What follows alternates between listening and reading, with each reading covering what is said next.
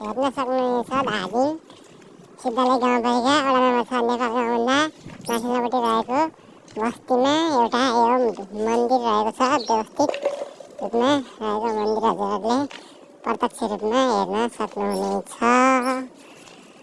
देख्न सक्नुहुनेछ। यतादेखि यस्तो देखिन्छ मन्दिर, यतादेखि यस्तो देखिन्छ। व्यवस्थित रूपमा सजाइएको छ, त्यहाँ देख्न सक्नुहुनेछ। बल्ब पनि राखिएको छ, यस्तो छ, हेर्न सक्नुहुन्छ।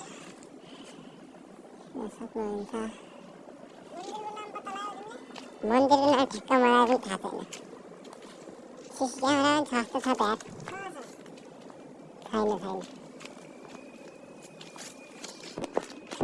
मकाल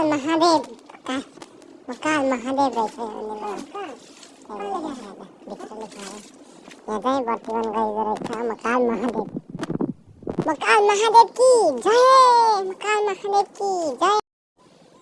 हेलो गाइस, देख्न सक्नुहुन्छ हजुरहरूले त्रिशुली नदी र त्रिशुली नदीभन्दा पारी रहेको गजुरी बजार, त्यसपछि खोलाभन्दा नदीभन्दा वारीको धादिङ।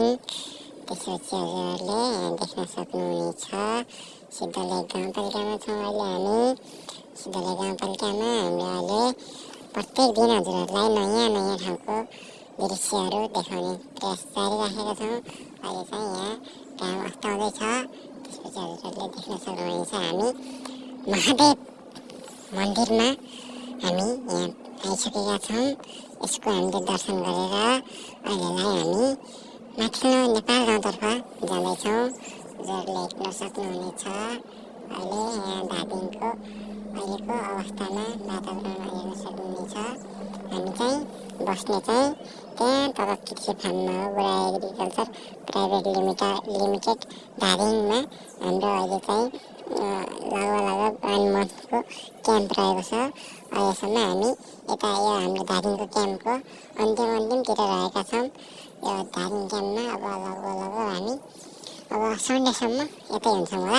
त्यसपछि हाम्रो टुर अर्घाखाँची पनि हुनसक्छ गाइस, रोल्पानी हुनसक्छ। अहिले चाहिँ हामी धादिङदेखि काठमाडौँ जान पनि सक्छौँ गाइस। त्यही भएर हामी हजुरहरूलाई प्रत्यक्ष रूपमा प्रत्येक दिन हजुरहरूलाई नयाँ ठाउँको अवलोकन गरेर भिडियोहरू ल्याएर प्रत्यक्ष रूपमा देखाउने नै छौँ। हजुरहरूले हेरेर लाइक, कमेन्ट, सेयर, सब्सक्राइब गरेर साथ दिनुहोला। हजुरहरू सबैको महाकाल महादेव मन्दिरले माताले रक्षा गरून्। धन्यवाद।